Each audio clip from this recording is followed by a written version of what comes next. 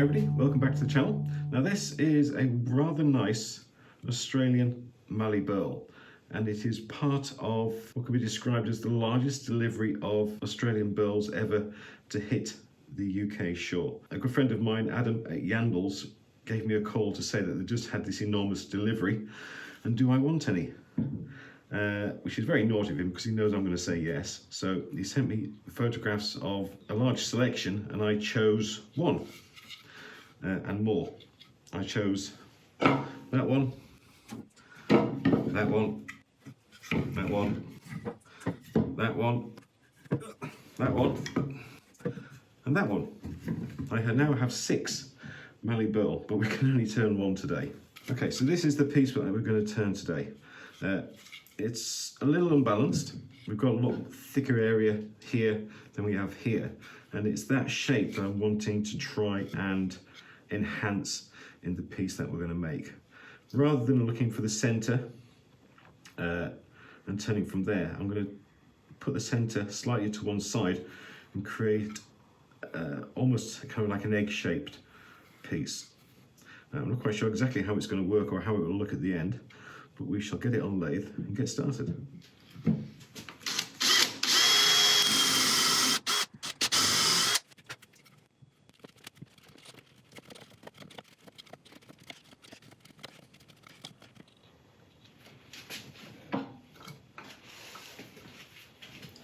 Okay, we're nice and safely on the lathe.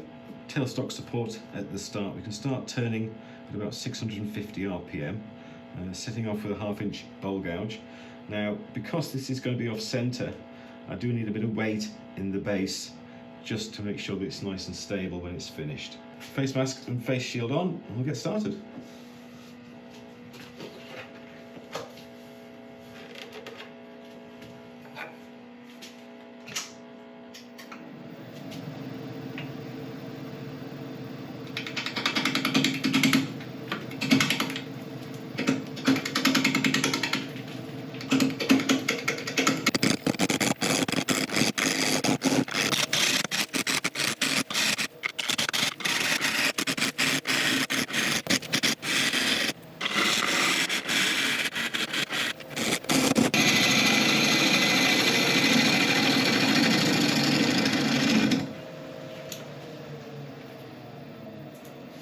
Okay, that's a pretty good start.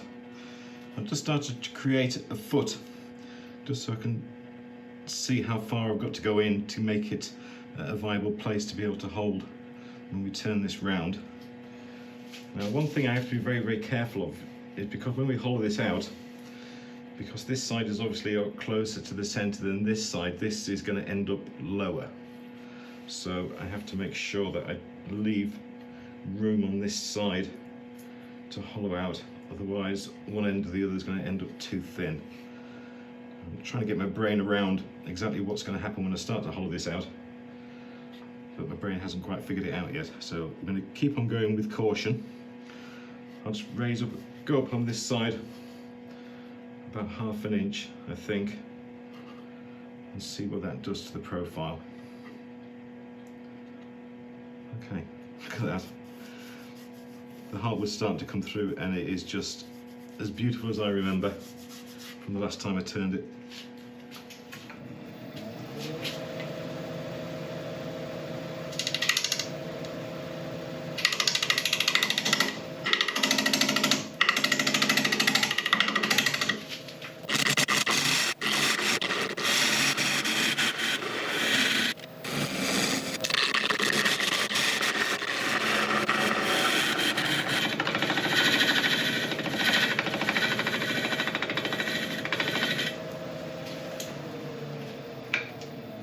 I think we're at a stage where if we go too much further, then we're going to start running the risk of destroying the profile of this piece when we hollow it out.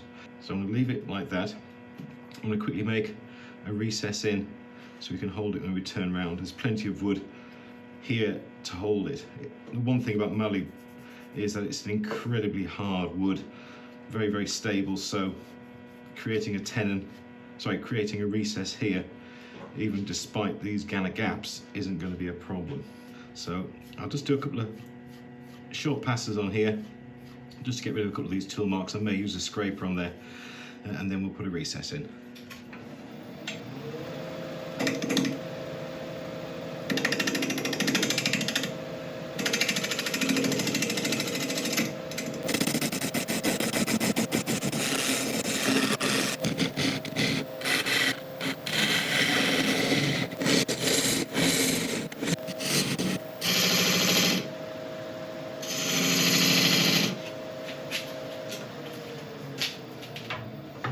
Okay, that should do nicely. I'm going to set up for sanding. I'll let you watch a bit of it, and I'll bring you back when we're done.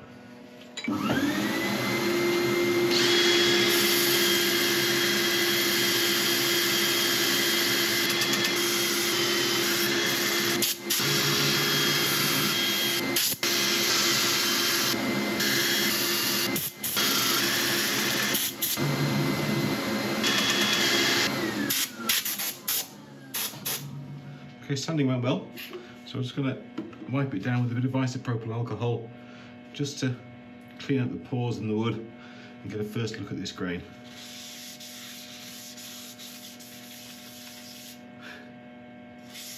And it's really quite special.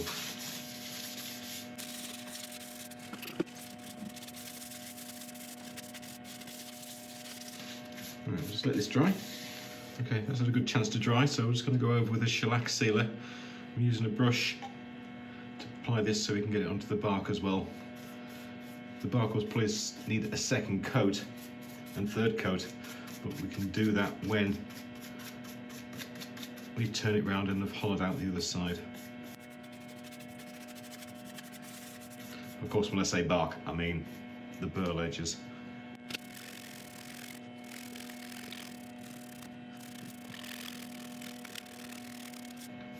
Okay, once again, we'll let this dry, then we'll come back and apply an abrasive paste, I think. Okay, that's all nice and dry, so I'll go on with an abrasive paste. This will help bring the finish up to an equivalent of about 1,000 grit. Obviously, I can't hold my cloth on these wings as it's spinning, so we'll lock it off at the end and do those manually. If you like seeing wood like this turned, then if you're new to the channel, then don't forget to hit that subscribe button, because we have many more things like this to come. I've got another 5 pieces of this for a start. Right, let's buff this in.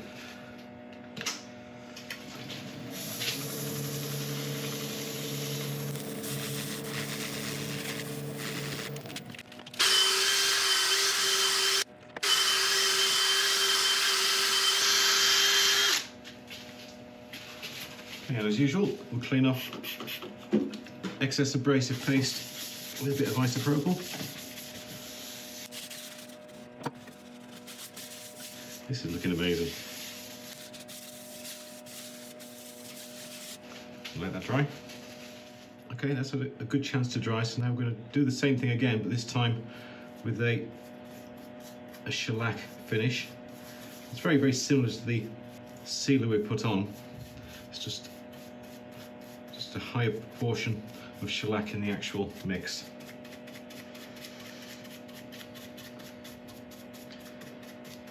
This will give us a nice protective layer on it and good protection for the wood. It's also food safe as well.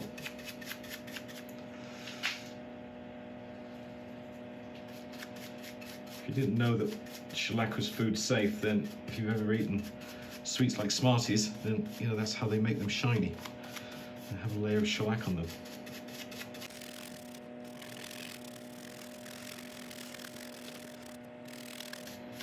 When this coat dries, I'll go over again with a bit more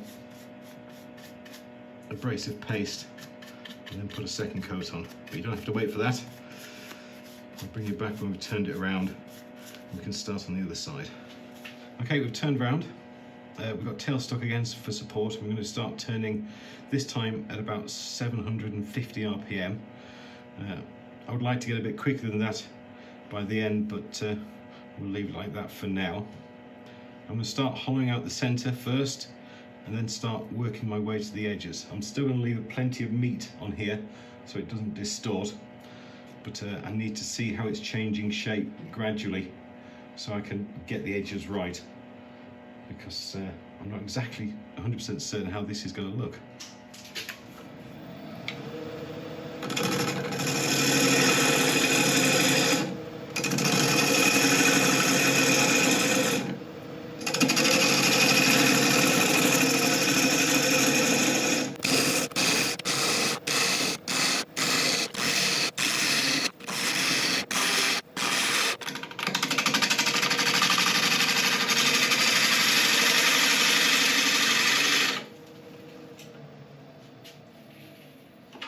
Okay, now I'll stop fairly early just to get an idea of what's happening. We're nearly at the edges here. Obviously still a long way from it here. Now then.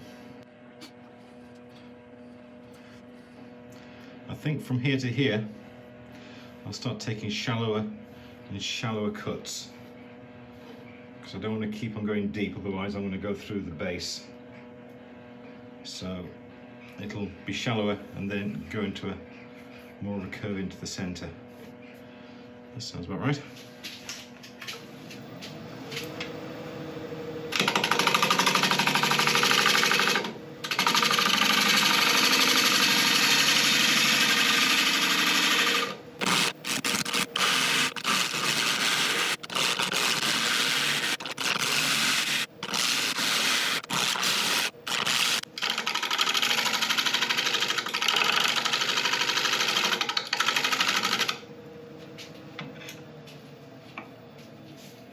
It's a very interesting cutting.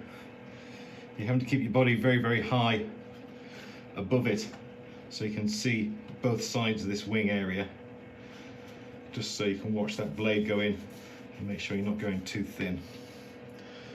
But that is lovely. That is really starting to look nice. I haven't quite touched that bit there yet, but that's going to be the next port of call. So just a bit further on here. Once I've got all this being cut, then I can start refining the shape and going thinner if I need to. But from what I can see from this side, if I go too deep here, then we are going to start getting holes on this side. It may happen. I may not be able to avoid it, but we'll see what happens.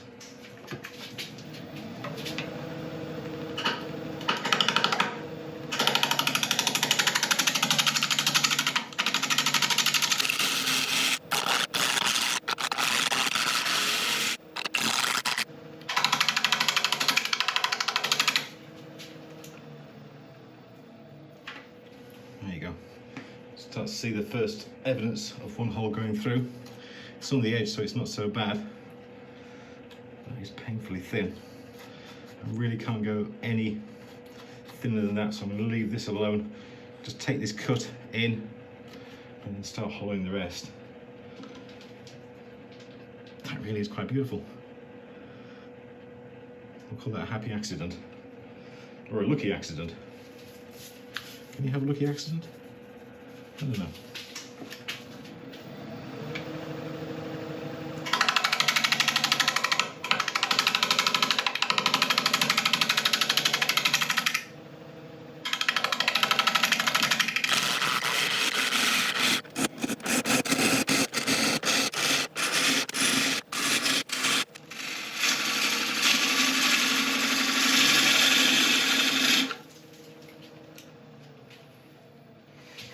Okay, oh, hello.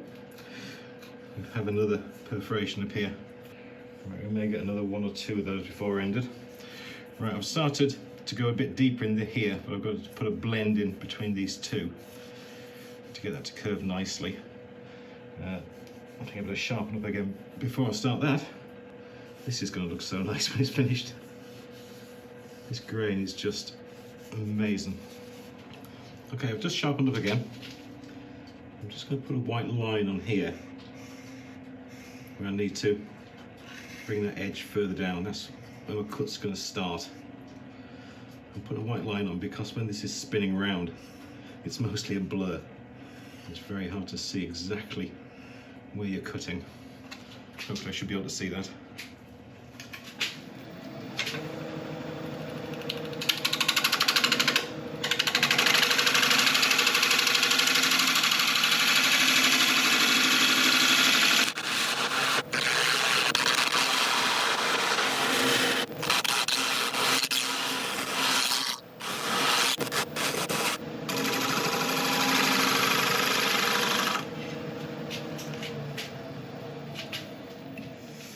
Okay, that's got rid of that problem, which is good. Right, so I'll just quickly take out the remainder of the centre, and then we can get on to the fun sanding.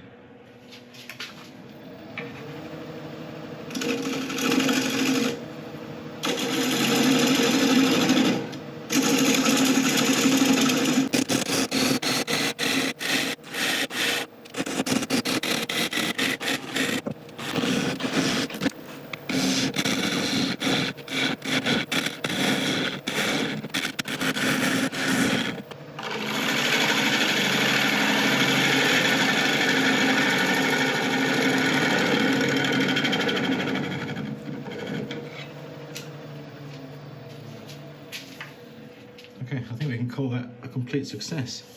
We've got a nice gradual curve into this piece now, which is beautiful, which I really, really like. We do have this little piece here which is hanging on by a thread, so I'm going to have to remove that at some point because it won't withstand sanding or anything else. So I think I'll just do a couple of quick passes around this area here with the scraper, and then we can start sanding. One thing with Mallee Burls, where these swirl patterns are, you get lots of little dips. It looks like tear out, but it's not, it's just part of the grain pattern.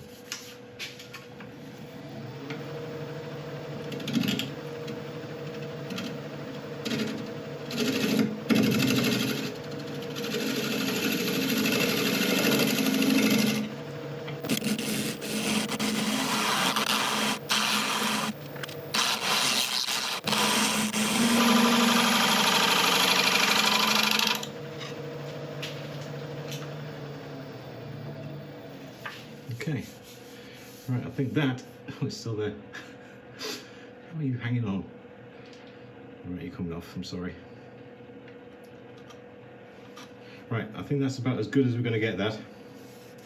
So I'm going to set up for sanding. I'll let you watch a bit of it, but I shall bring you back when it's done.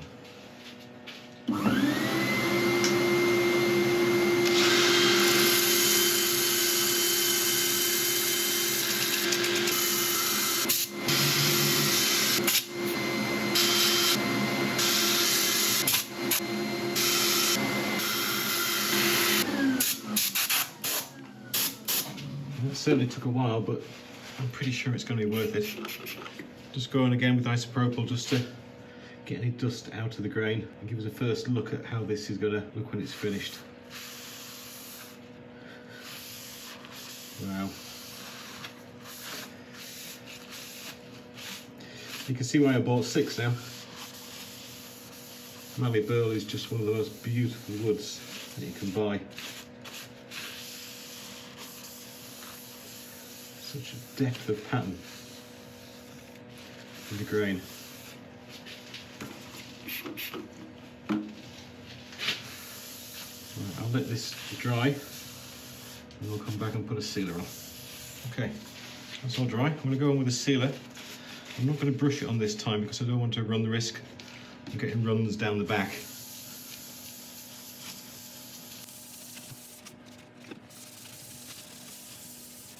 It really is mesmerising.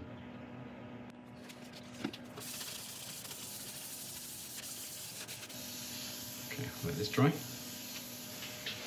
Okay, that's all nice and dry. So on again with the abrasive paste. We're going to use the same method as we did before. I'll do the centre with it spinning and then lock it off and do the wings manually.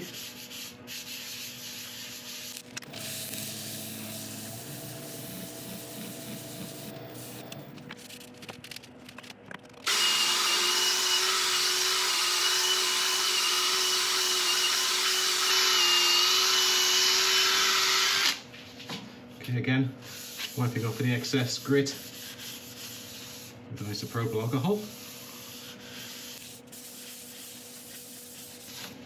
Okay, I'm going to put one coat of shellac over the top. And I'll buff it back again, and I'll go back over the whole piece with a wax as well, just to give a slightly harder, longer lasting finish.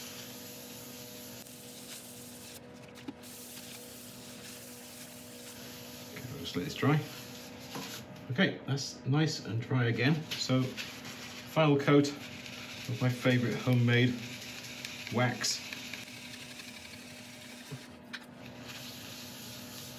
I'll do this front and back, block it off and buff it over by hand.